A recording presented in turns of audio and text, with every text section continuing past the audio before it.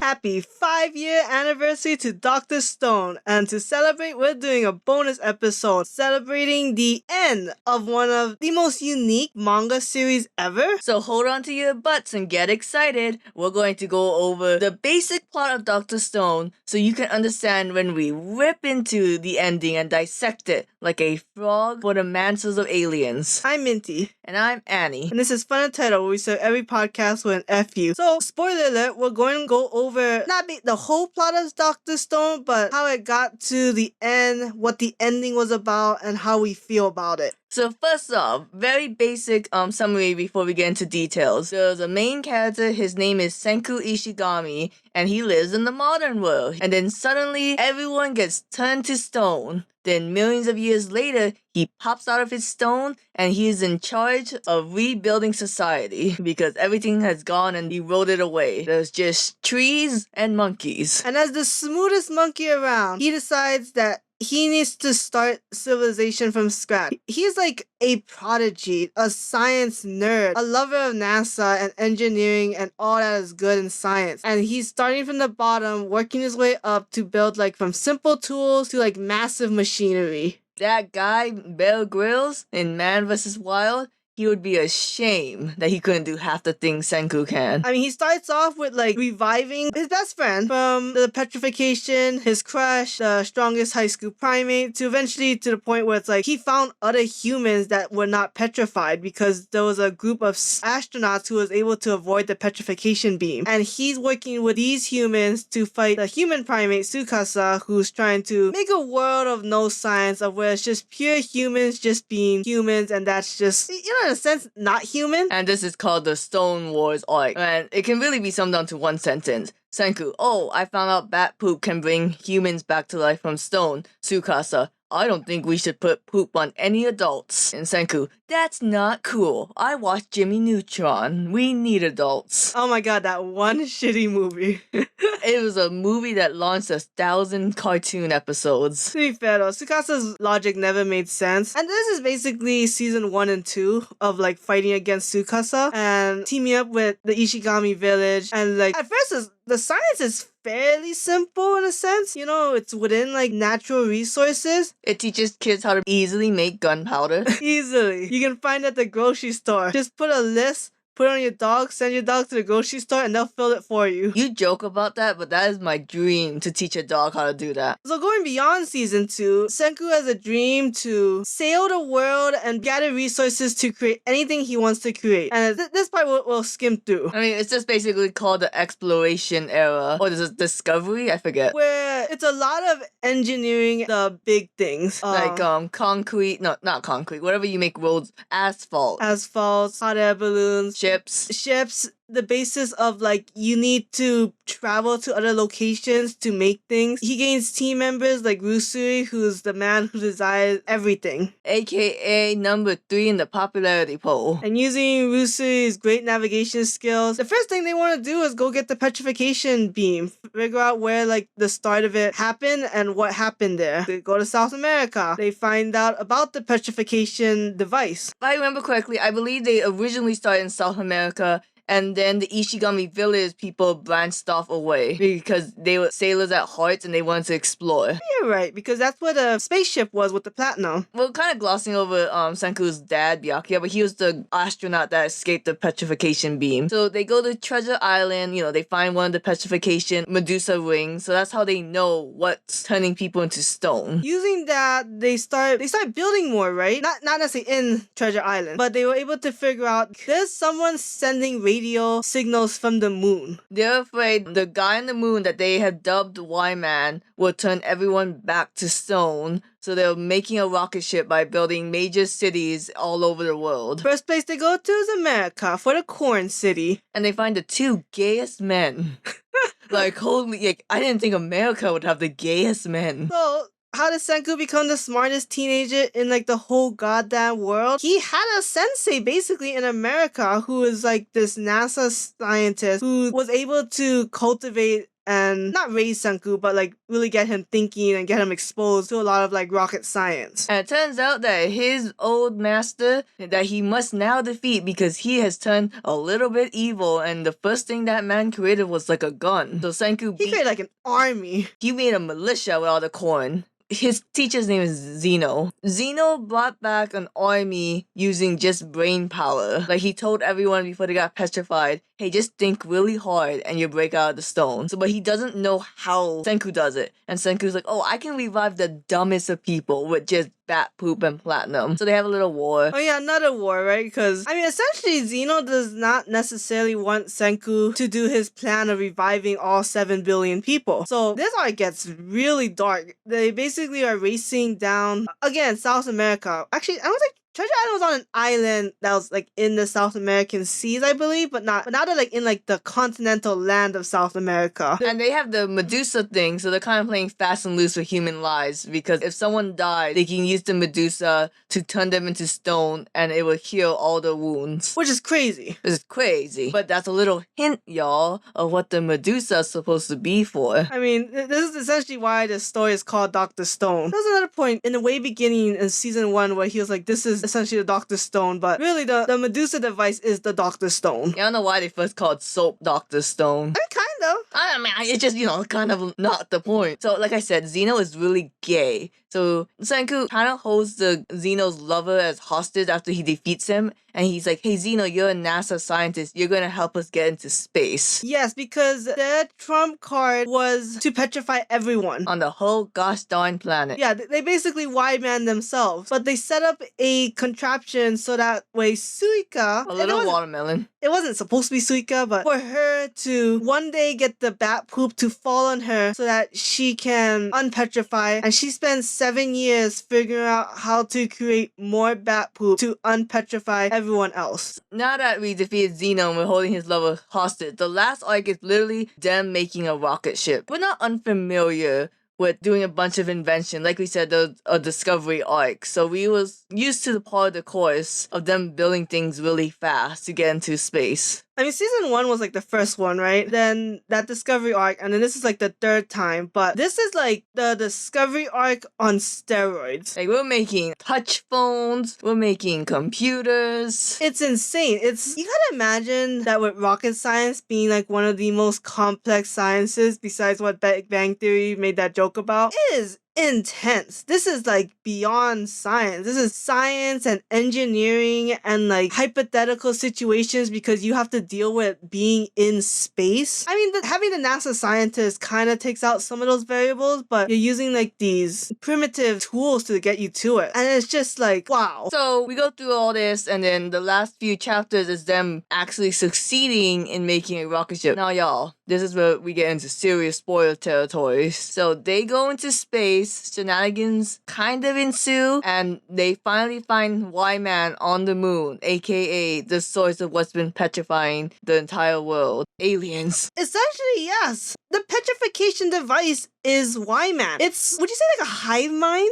Yes, I would say that. It's a hive mind of like millions of petrification devices that have a singular mind to petrify the human race because they are a parasitic alien that is looking for an intelligence life form to help them live forever. They don't know how to do it, and this is where it gets a little complicated. I'm not 100% understanding, so you can correct me when I'm wrong, Annie, but they petrified humanity to give them essentially eternal life. And because thinking and human brain power is the way to break out of the petrification, only the smartest could come out of the petrification. And that's how Senku and Zeno was the first people who ever got out of the petrification at the same time. Right, and they were hoping that these were the people who were gonna like figure out how to keep the Y-Man species alive. They never renamed the Y-Man species, which I think is a little dumb. I mean, I think it's just the Medusas, right? That's true, that's another name we can call them. So the Medusas, they can talk and all that jazz, but oxygen is poison to them. So when they fell onto Earth, they were like corroding and like dying. And that's why they couldn't talk to them on Earth. So they were hoping they zapped them because they're intelligent. they come out of the stones and they're like, oh, if you keep giving us eternal life, we'll make more of you guys because the most important thing is to survive and reproduce. But the Y-Man was disappointed in the humans because they didn't break out of the rocks. That means they were dumb and they were losing hope in humanity. That's why when Senku was able to build a strong radio wave that could allow them to communicate with like people on the moon, they said why? Why? And that's how they got the name Y-Man. It's weird because they're like, why did you break out the petrification? And it's like, hey, Y-Man, how are they gonna make more of y'all if they're petrified? I don't really understand this. It seems like you have a giant flaw that you're mad that they broke out of petrification, but you also want them to do things that they can't do petrified. Yeah, I think they were like hoping that the people would come out and would try to somehow find immortality through this, somehow use the technology of petrification to live forever, but that was just never Senku and his cohort's plan, so he was very upset. And to the point where they have a small talk with Senku, and the conclusion was, we're just gonna leave because we need to find a smarter species. And we said hive mind, but there was one device that decided, I want to stay with you humans because there is a non-0% chance that you guys could be the one to figure out how to find more immortality. No, don't word it like that, word it like this. Senku put him in a vacuum tube that took all the oxygen out, and it fell in love with Senku. Like, ooh, all these other people on the moon, they never saw what you could do. I saw it. I'm in love with you, Senku. I mean, that's one way to look at it, for sure. I do want them to be OTP. So Senku returns back to Earth with the one singular Y-Man device that can speak. And basically, he's praised as a hero because he was able to save humanity. And it's true. I mean, it kind of seemed like they were going to go on their own, but I think it was important that Senku went up to give the Y-Man species definitive proof that humanity is not the species that was going to bring them immortality. So, the very last chapter, it's several years later, Kaiju and Yuzuiha get married, Ruri and Chrome are engaged, and Senku wants to build a time machine to prevent the petrification beam from ever happening. And this is where we stop stating facts and we get into opinions. Because, remember, I'm Annie. I'm the one with good opinions. I thought it was cute where you ended this chapter on the day that the manga started 5 years ago. Like the exact day, exact time. And you recreate moments from chapter 1. You finish the Kaiju Yuzuiha love story. You do callbacks, yada yada yada. I feel like this series could have benefited from maybe 1 or 2 more chapters, but it was rushed so that it could end exactly on the day it started to make the whole time traveling motif work really well. Oh my god, that's a fucking amazing. If that's like the tie-in theme, I love that. I honestly love that. It's like, this series is so well written. I mean, this is the writer of Ice Shield 21, right? Yes. Okay, I never read that manga, but They have a writer of Aisha 21, and the artist is a really well-known Korean artist named Boichi. so it's okay. It's definitely the most unique. Like, if you read all the new manga starting on the Shonen Jump app, it's like, okay, this is very just generic. But Dr. Stone is like, yes, give me the texturing. I like the end of Dr. Stone. I don't think it's the best ending of all mangas, but I think for it, come on, when you read this premise and you see season 1 and 2, you have no idea what the end of this series looks like. You can't even imagine what the end could be. And for it to be like parasitic machines, I don't even think it's even left field because the series has based it so much on reality, but you gotta remember that it starts off with a very fantasy prompt. So the ending had to be in a fantasy realm, and I just feel like even though it was like an interesting mechanical parasitic alien, it was still more of a smart, intelligently written ending. Don't get me wrong, I like the ending. I could stay up all night. I could not think of a better ending than, nano machines from Metal Gear Solid. But I don't think it's not immune to some criticisms. Sure, it's somewhat underwhelming. Like, I think it's stupid. One of the things that, Treasure Island got petrified again because they was rubbing orbs on the seashore and the antenna feathers sent that out to space. Oh yeah, that was weird. Because one, that wasn't a thing that was established. That came out of nowhere. That they rubbed orbs. Yeah, unless we reread it and then like... Maybe that's why the leader was bald, because they kept rubbing that guy's head.